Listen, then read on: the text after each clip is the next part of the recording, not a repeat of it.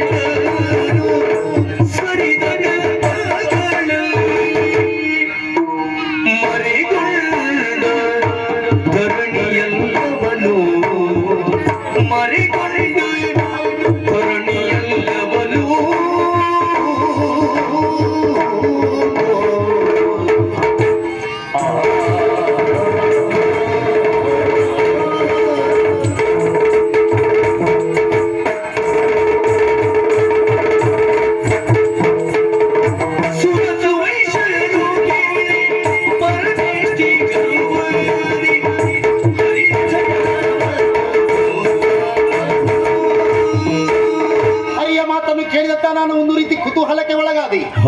ಎಲ್ಲವನ್ನು ನಾನು ಶೋಧಿಸಿ ಬರಬೇಕೆಂಬ ಕಾರಣಕ್ಕಾಗಿ ಆತನ ಉದರವನ್ನು ನಾನು ಪ್ರವೇಶ ಮಾಡಿದೆ.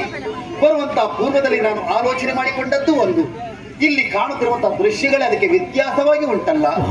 ಸಪ್ತ ಸಾಗರವನ್ನು ನಾನು ಕಾಣುತ್ತಾ ಇದ್ದೇನೆ, ವಿಶಾಲವಾಗಿ ಹರಿಯುತ್ತಿರುವಂತಹ ದೃಶ್ಯವನ್ನು ನಾನು ಕಂಡೆ.